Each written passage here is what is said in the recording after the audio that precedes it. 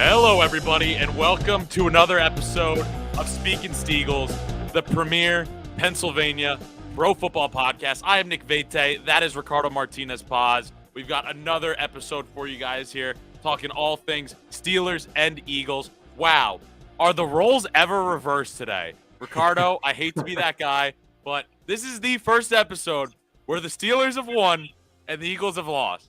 Now, I'm not going to delve on that fact too much because obviously the Eagles are still in very prime position. But the roles are reversed today.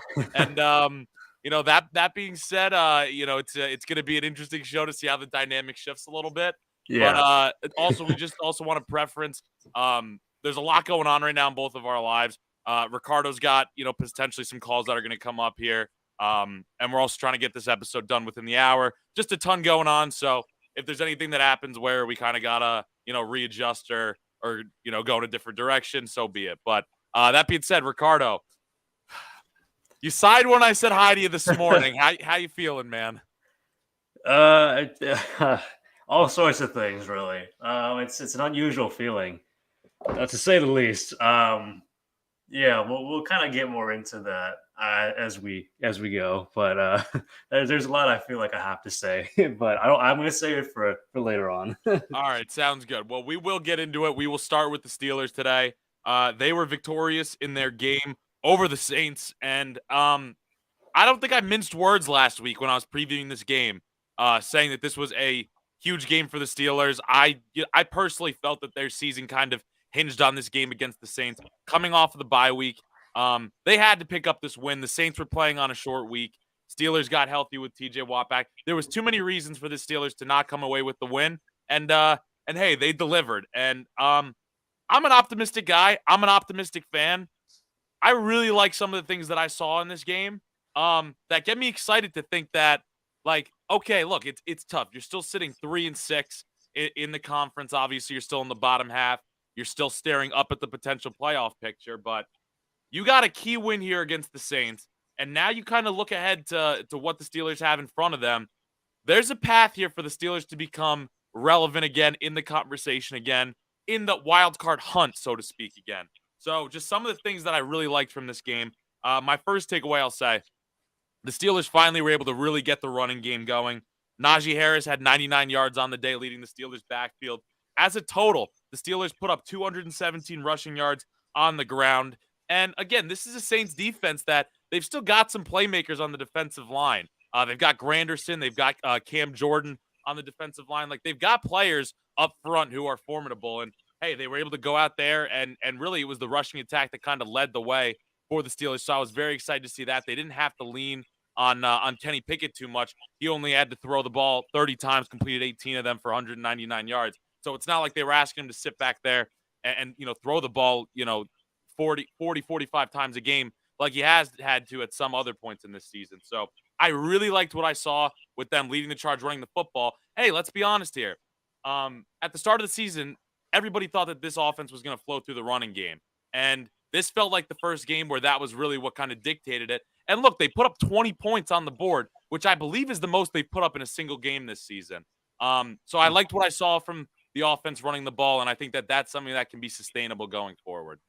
Yeah, it was a big boost. I mean, Najee Harris feel like was struggling all season up until this game. And this was really just like, this is what we expect from a Steelers team, to be running the ball, sort of like old school, sort of hard-nosed football. And that's sort of how this game played out. I mean, they dominated time of possession as well. I mean, that was a big factor in it. But the offensive line held up pretty well, opened up some holes. And yeah, I expected the Steelers to win, but in this fashion where they ran for over 200 yards, I wasn't really expecting that. But I wasn't really expecting that either. And I will say, I just double checked. The only time they scored over 20 points this season was week 1 when they beat the Bengals in overtime. yes, They won 23-20. But hey, this is something I'm not going to sit up here and say, oh, 20 points is, so fantastic. The offense has completely changed direction. But in my opinion, it's something that they can build upon. And again, I want to see them. Perhaps everybody I've been reading, everything I've been seeing on Twitter, everybody's saying, hey, if they're going to do this running back by committee with Jaylen Warren and Najee Harris, if that's the formula for them to have success running the football, then that's great. Because in my opinion, that's how the offense is going to be the most dynamic, is if they're running the ball and they're taking the pressure off of Kenny Pickett to really have to, do it all himself. So I Yeah. really liked what I saw there. The other big takeaway, the other big storyline was TJ Watt made his return this week. And no, he didn't put up any, crazy stats or anything like that. But I personally felt that his impact was there when it came to just how this defense performed overall. And I mean, you don't have to look any further than compare week 1 to the last, 7 weeks of the season, when they haven't had TJ Watt there. The defense is a different animal when not even necessarily that he's getting to the quarterback that much, but the fact that he's lined up on the outside, he's drawing double teams, and then you're leaving guys like Cam Hayward, Alex Highsmith, Larry Ogunjobi, everybody else on that defensive line, they just go ahead and win one-on-one matchups, which they're much more capable of doing. You also take the pressure off of your defensive backs, in the sense that, the quarterback has less time to get the ball out. And everything just works better with this defense when TJ Watt is back. So I felt that him being back in the starting lineup was huge. Hopefully Minkah Fitzpatrick won't be out that long. Hopefully William Jackson is pretty close to, making a Steelers debut here. But I really liked what I saw from TJ Watt coming back. It seems like he's healthy. I think they had him on a little bit of a snap count, but nothing too major. And I mean, look no further than Alex Highsmith for who the biggest beneficiary is. I had him as my player of the game. Disruptive all day. He was constantly in the backfield. His stats here: 5 total tackles, 1 tackle for loss, 1 QB hit, 2 sacks, and a forced fumble. So the dude just piled up the stat sheet, and he shows you that he can definitely be a complementary pass rush piece alongside TJ Watt when fully healthy. So with TJ Watt back, I love what we could potentially get, what the Steelers can potentially get from this defense. Yeah, huge impact from TJ Watt. I mean, he gets so much attention, even if he wasn't exactly playing every single snap or most snaps, still like that. He's the reigning defensive player of the year. I mean, dude, it's just so good. And then Alex Highsmith taking advantage of TJ Watt's return and getting 2 sacks. What is he at now? 8.5 on the season, something like that. He's having a quietly good season. Yeah, I feel like he's slept on, Alex Highsmith. So I mean, just on the front line, yeah, it's definitely a big impact having TJ Watt back, especially. Yeah, man, I think that it's huge, and that's the reason that I'm optimistic with this team going forward. And I'll get into kind of looking ahead at their schedule in a little bit, but real quick on my last takeaway, it's the fact that this secondary stepped up without Minkah Fitzpatrick. I mean, the fact that he went down, I think they were going through walkthroughs when his appendix actually, needed to go into the hospital and get surgery on it. But I mean, I think Cam Hayward even had a quote after the day where he was like, Minkah Fitzpatrick is always so grumpy. I didn't even think that anything was up with him going through the walkthrough. Just talking about Minkah Fitzpatrick and his, stomach being all over the place with the appendicitis. But Damontae Kazee in his first game back since the injury, he came up with an interception.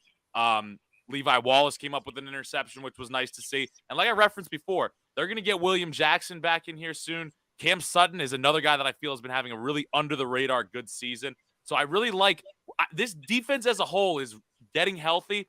And to me, I think that it can get back to being that formidable defense that we saw in week 1 that shut down the Bengals, that defense that everybody expected to be, one of the top 10 defenses in the NFL.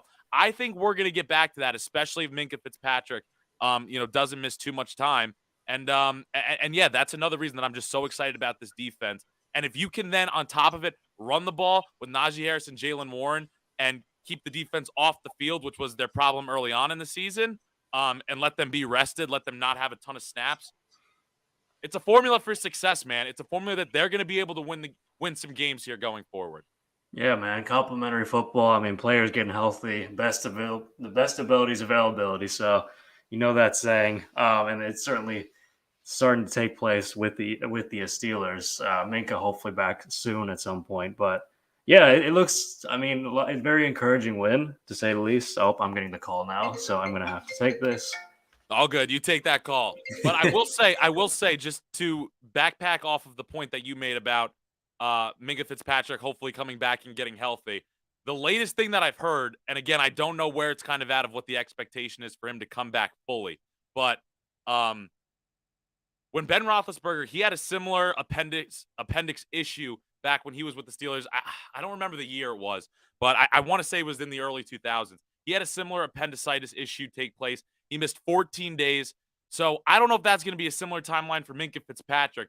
The man's already back in the building. So, I mean, it's a good sign to say nonetheless that he's going to be back here at some point. And then you talk about what the Steelers ultimately wanted to do at the start of the season. Their whole game plan, they were going to take some of the pressure off their linebackers. They were going to line up Minkah Fitzpatrick, Damontae Kazee in more of the prototypical safety position. And they were going to let Terrell Edmonds kind of come up and be that safety that plays close to the line of scrimmage. So the fact that they're going to be able to kind of go back to that identity that they kind of wanted to have first and foremost on defense, they're really going to let Terrell Austin, the defensive coordinator, get not creative, but they're gonna let him, get to kind of the bread and butter of what he saw with this defense potentially having success. So I'm excited for them to get healthy, and like I kind of referenced before, I think that this Steelers defense has the ability now, when fully healthy, to be one of the best in the National Football League. So, Ricardo, I was just talking briefly about how I think they're going to deploy all three safeties when they're all healthy, but overall, man, I can't speak enough. I was so high on the Steelers defense coming into the season, and now that, I mean, first off, part of the reason that I was just alluding to, they were going to have Terrell Edmonds drop, down into the box, be kind of like a hybrid safety linebacker type player alongside Damontae Kazee, who was going to play more of the prototypical safety. You've gotten a good season out of Myles Jack, and Devin Bush has very quietly kind of held his own. I don't want to say it's been a good to great season by any stretch of the imagination. I would have to look into it a little further to really give a true opinion on it. But the Steelers are going to be able to get creative with what they want to do when it comes to, defending offenses, and really whether there's pieces all over the defense here that I get excited about. So, look, we'll preview the Bengals game in a little bit after we discuss the Eagles Commanders game, but I'll give you a little tease here.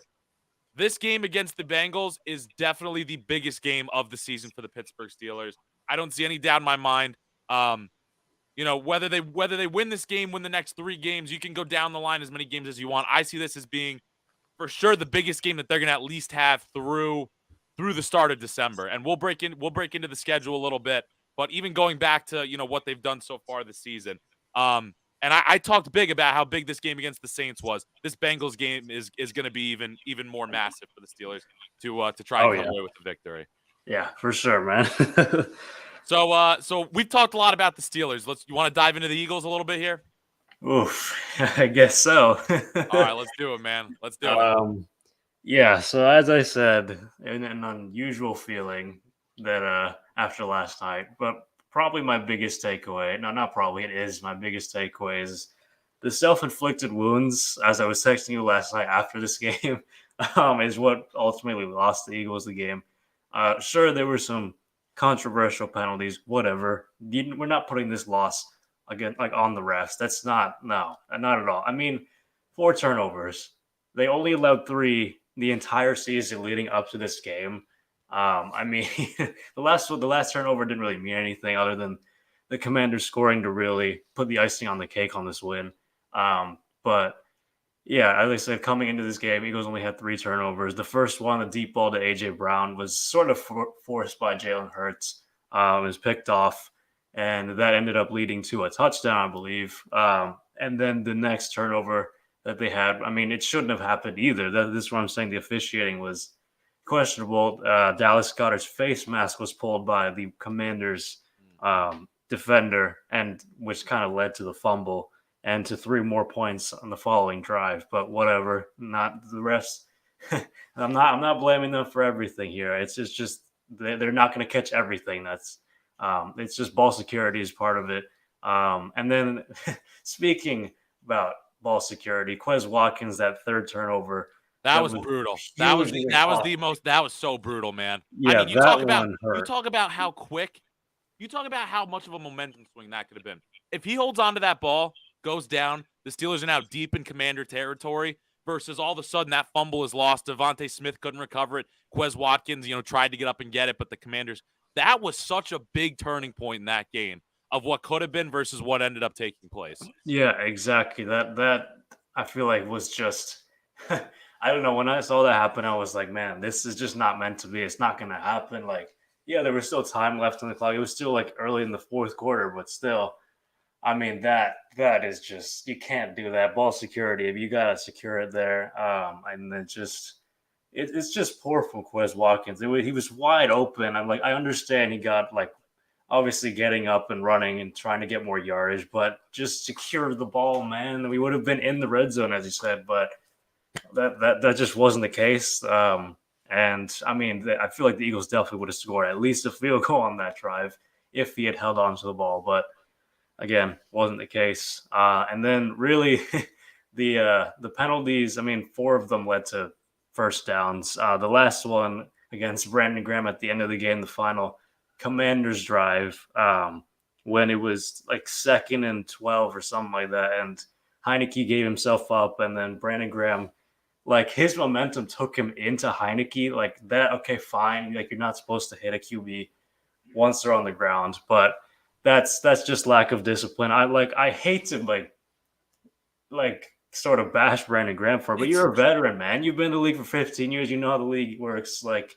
I don't know. I would have expected better. It's kind of harsh, though, the way I saw it. Look, but like, I don't know. Looking at the call, putting the call itself to the side for a second, was that how you more or less saw it? Was that kind of his momentum was going into him, or it was just an undisciplined play? Because I saw more of like, this is a guy that's just going full speed, trying to get to the quarterback, make a play. Obviously a huge turning point to try and get the ball back. If the Commanders pick up a first down there, the game's essentially over. And I think it was just one of those things where it's like, I don't know if he even realized necessarily that Heineke was giving himself up at that point. And he, in his mind, he was still just saying, I got to get to the quarterback. And then at the last second, you kind of realize, at least I saw it as he tried to pull up. But at that point, kind of like you said, his momentum still took it into him. And then I think it was Hassan Reddick that was still coming from the other side. Yeah. You know what I'm saying? I mean, we could get into the call a little bit too, but it's just tough. The game happened so fast there. I know. It was, I sort of thought Brandon Graham was trying to hold up, and but it was obviously too late at that point when he was already kind of going in for it. Like, I'm not arguing against the call necessarily, although some people might argue it, but it's just these kinds of plays, these kinds of penalties that were just so costly, which is why the Eagles lost. So that's my biggest takeaway, really, of all the things. I'll give my 2 cents on the call real quick, and I want to know what you think of my opinion on it. It's not as bad as some of the other roughing the passer calls we've seen. Yeah. There's been some that are just straight up sacks that are like, okay, that's a sack and it's being called a penalty. This one, it's like the fact that the quarterback was giving himself up, and the fact that, Brandon Graham still did kind of go into him. I don't want to say necessarily like anything overly harsh or anything like that. My whole thing is, it's like, it just sucks that that's what's deciding the game, essentially. Like, it's a call by the referees that's deciding the outcome of the game, which to me, it's just like, that's just not what you want to see when it's been, it's been a close game throughout, and obviously it has ramifications for both of these teams. The Commanders trying to fight their way into the wild card conversation. The Eagles obviously trying to maintain the best record in the NFC. Like, to just see the game come down to that call, it sucks. But again, if you're the Eagles, you can't pin it all on that, because they did get outplayed by the Commanders in a lot of different facets. Yeah, that's actually where I was going to next, in the sense of the defense getting outplayed. I mean, they couldn't stop the run. I mean, yeah, sure, the yards per carry was like, what, 3.1 yards? Like, still, like that, they allowed 152 rushing yards on 42 carries. I mean, that was the formula for the Commanders. This is what I said going into the game. I was like, you got to stop the running attack. Well, if you stop Gibson and Robinson, then I think the Eagles will be fine. But they didn't do that at all. I mean, Robinson led the team with 86 yards, 26 carries, and a touchdown. Gibson had the other one. And, I mean, Washington had 12 out of 25, like, rushing first downs. They won the possession battle by so much. I mean, I'll get into literally the first 4 drives the Commanders had. First one, 13 plays, 75 yards, took up 7 minutes, 21 seconds off the clock, led to a touchdown. 12 plays, 49 yards, 6 minutes, 30 seconds, field goal. 16 plays, 86 yards, 7 minutes, 4 seconds, touchdown. 14 plays, 66 yards, 8 minutes, 23 seconds, and a field goal. Like, come on. Like, this is like the last few weeks, this has been an issue, and like the Eagles allowing really long drives, especially led to scores. I mean that's just you're not The setting yourself up to win on that. the time of possession battle was brutal. I think Miles Sanders still had what, like 13 carries on the day for 54 yards, something like that. Yeah, Um, I mean, I'll see. I know he had 54 yards because I had it in a parlay. I'm not gonna lie. And literally it was actually I had the under in the game, so it didn't matter. But I had yeah, Miles Sanders 55 plus rushing yards, and he had 54, which was pretty brutal. But it's fine. It two legs didn't hit, but it was on 12 carries. But I mean, still to get blown out in the time of possession battle like that is brutal. And I even said when we were previewing this game on our last episode, don't let this be the game where one of these Commanders running backs has their best game of the season. And you look at Brian Robinson, 86 yards in the touchdown. That was the most rushing yards by a single Commanders running back all season. The previous high, Brian Robinson did have a game going for 73 rushing yards against the Green Bay defensive front. But I mean, still, this was his best. This was the best individual game from a Commanders running back. And like you said, I think as a team they also rushed for what was it, over 150 yards? You said, yeah, like collectively. 152. Yeah, 152 yards rushing as a team. I mean, it's like that's brutal, and it's. Oh, sorry, I don't know if that came through the speakers there, but that was an ad on this ESPN site. That was Oh, I just did not see that. speaker. I'm not No, sure I if you didn't heard hear that it. or not. But No. but this is a couple weeks in a row now where like the Eagles have been allowing like a decent amount of rushing yards. Obviously, the week prior was Dameon Pierce. So yeah, I mean maybe it is becoming a little bit of an issue here. And not maybe becoming a little bit of the issue, but It is.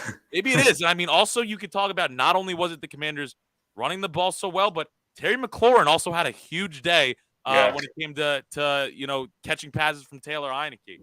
It was not a good effort by the Eagles defense in this one. No, they were just so underwhelming. And I mean, Darius Slay, I feel like he just played the worst game of the season so far. I mean, what was it? He had 100. McLaurin had like what 150 He had plus. 128 catches, 128 yards on 8 catches. Yeah, like really, like I mean, everyone else didn't produce much. I mean, really, that may actually be his season high for a single game.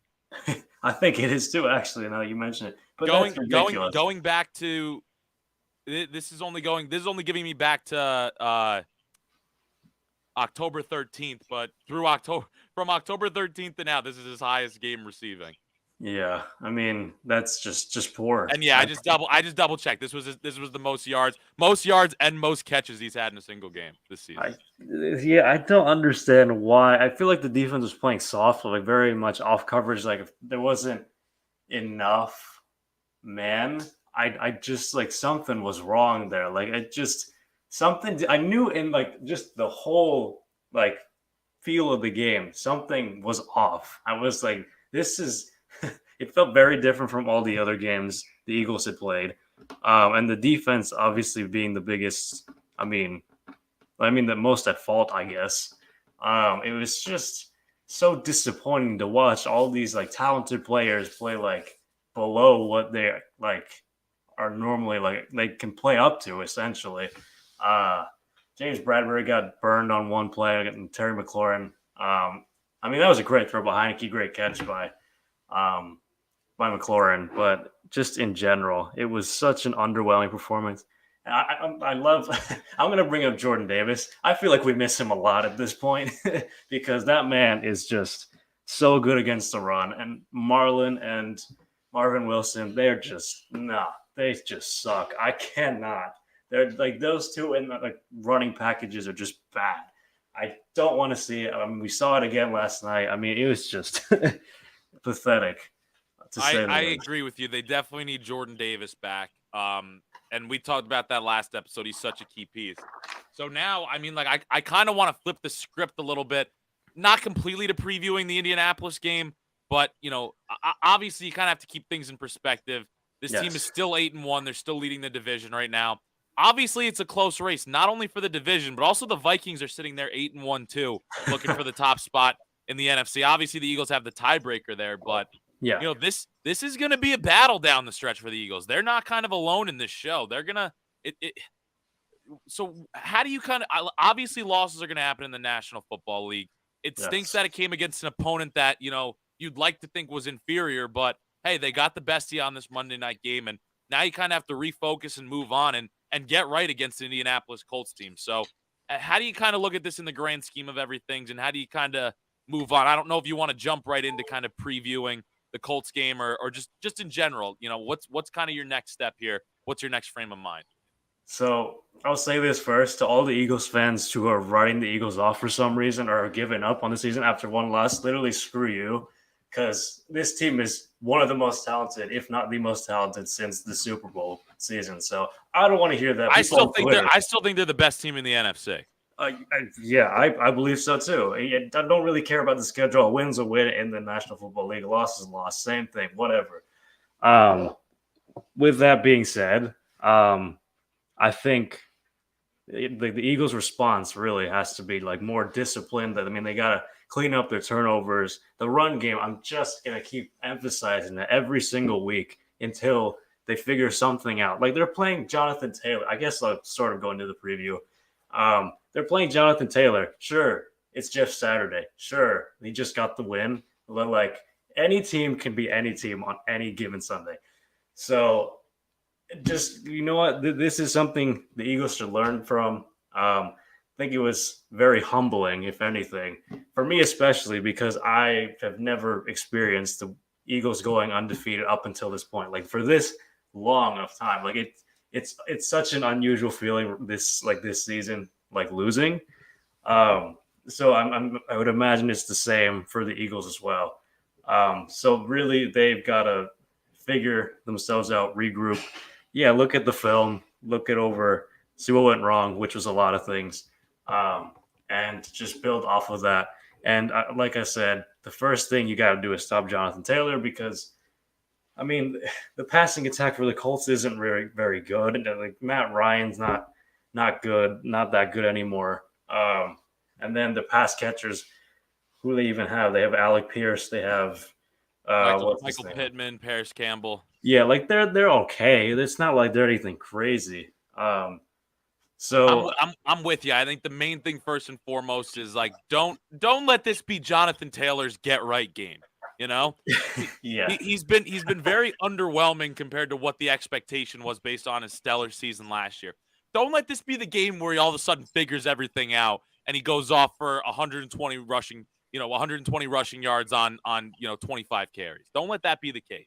Yeah, like the Colts offensive line has been underwhelming all season long, which has been surprising to me. But under Jeff Saturday, there's sort of especially after beating Vegas, the Raiders, they're out to prove everyone wrong. So they're not going to take this lightly at all. They're going to want to give the Eagles their second loss of the season. And they're playing at home. I think some people are kind of writing the Colts off. Yeah, like, yes, they switched to Jeff Saturday. Yes, there's a lot of elements that their team is lacking.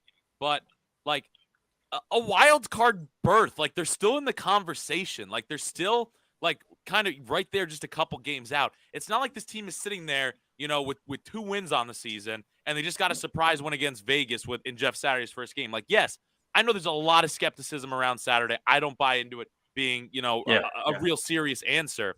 But, like, the team is not only out to prove people wrong, but like it's not like the playoffs are completely out of grasp yet either. Right. That is true. They're still fighting for that. So that's another sort of motivating factor in this game. So, I mean, I just like I'm sort of saying all of what I'm looking for in one and sort of like rants. Well, I want to know this from you too.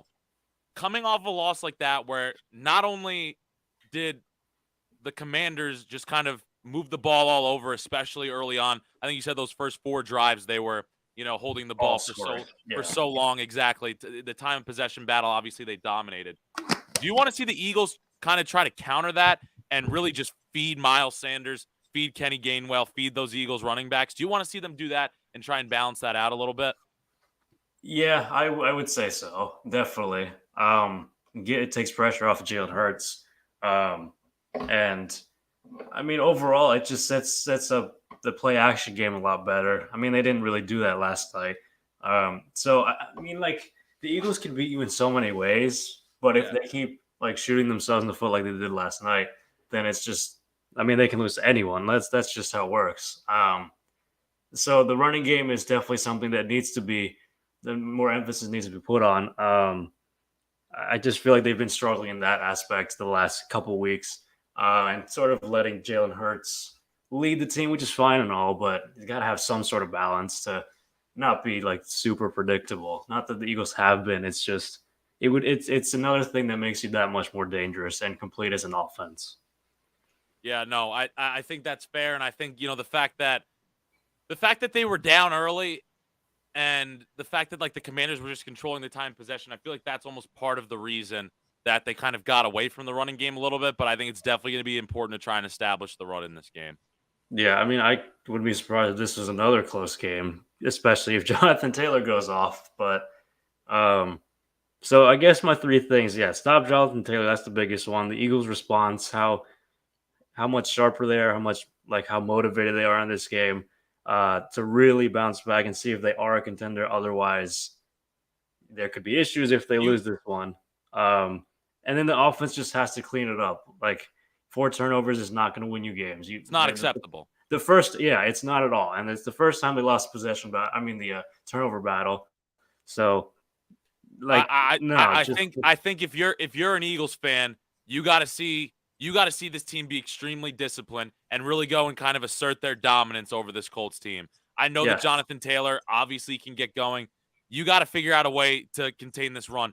2 weeks in a row now, a team's running backs have gone just all over the Eagles defensive line.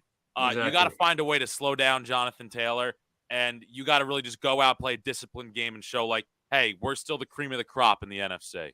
Yeah, exactly. Because otherwise, the Vikings, I mean, who I thought were going to lose to the Bills, ended up winning. Look legit. The Vikings look like they could actually be a contender. Um, Packers starting to find themselves. I mean, the Giants are only a defeat behind us, a game behind the Eagles. The Cowboys lost, but that doesn't really mean much after the Eagles lost. So Yeah, man. yeah, Hey, it's there, all up there, in the air.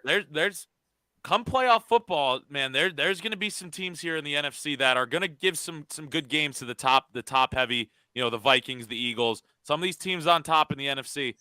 You're gonna you, there. There's gonna be some teams that are gonna put up a fight for sure. That are gonna Yeah, kind of scrape into the playoffs here. yeah, Not scrape into the playoffs, but be kind of coming in as a wild card team and whatnot. So, yes, um, yes, it's good that the Eagles, I guess, if there's any way to kind of look at it positively, better that the Eagles are working through these issues now rather yes, than, have this be week 15, 16, 17, and they're trying to figure it all out. And hopefully Jordan Davis will be back sooner rather than later because, like you yeah. touched on, he's obviously been so key for the Eagles stopping the run this season. Yeah, yeah, that's all I have. So if you want to move on to the Steelers, Yeah, let's talk about the Steelers here. We got some time left, so we will move on to the Steelers here.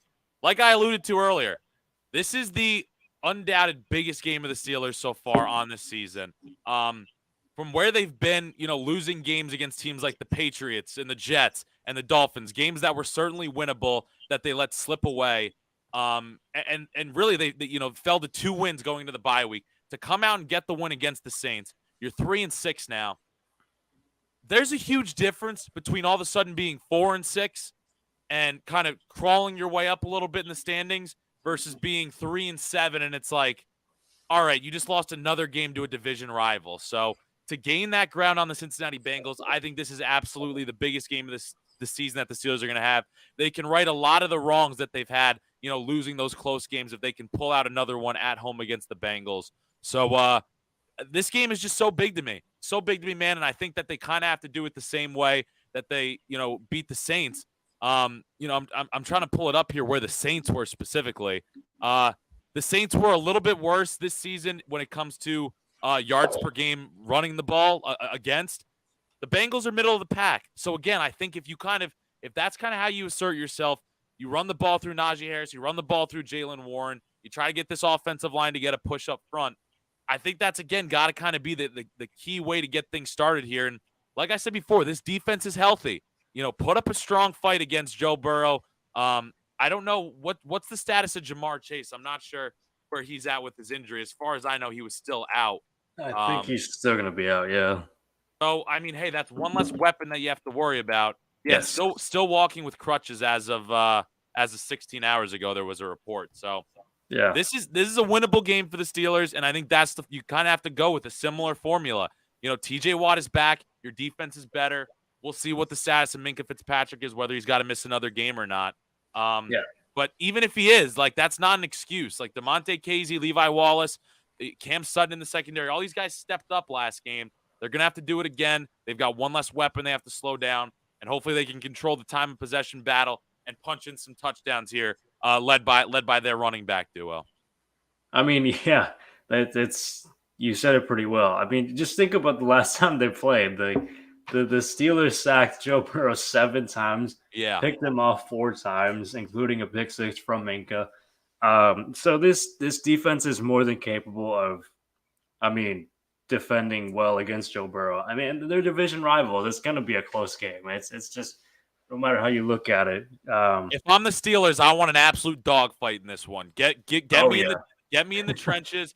Let things get dirty. Because if you start to get into a high-powered shootout, you're screwed with this Bengals team. And also, again, I just kind of made reference to it, but again, the key difference is I don't think that you can expect the same amount of turnovers. And I do think that the Steelers are still going to be able to get to Joe Burrow and sack him. Probably you can't expect it to be at that same clip.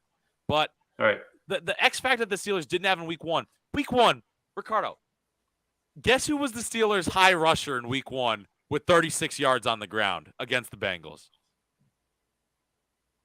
Was it? I don't know. It was Joe Burrow. No, for the Steelers. For the Steelers, it was for the Steelers. Was it Trubisky? No, it was Chase Claypool running on the ground for 36 yards.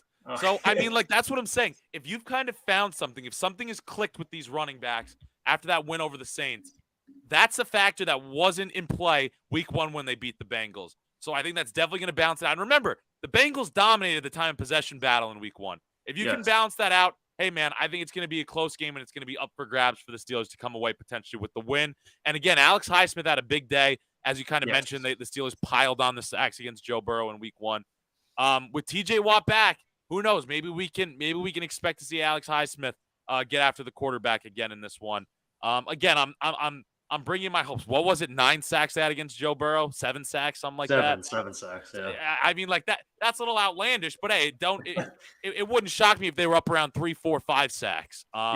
Which I think is kind of what you have to do, and that's kind of what I'm gonna be having my eye on. And I do think that the Steelers defense is going to be definitely at a notch up than we saw them, prior to the bye week when they were still without TJ Watt. And they're at home too, so they got the crowd behind them. So it's gonna be intense. It's gonna be a dogfight, as you said.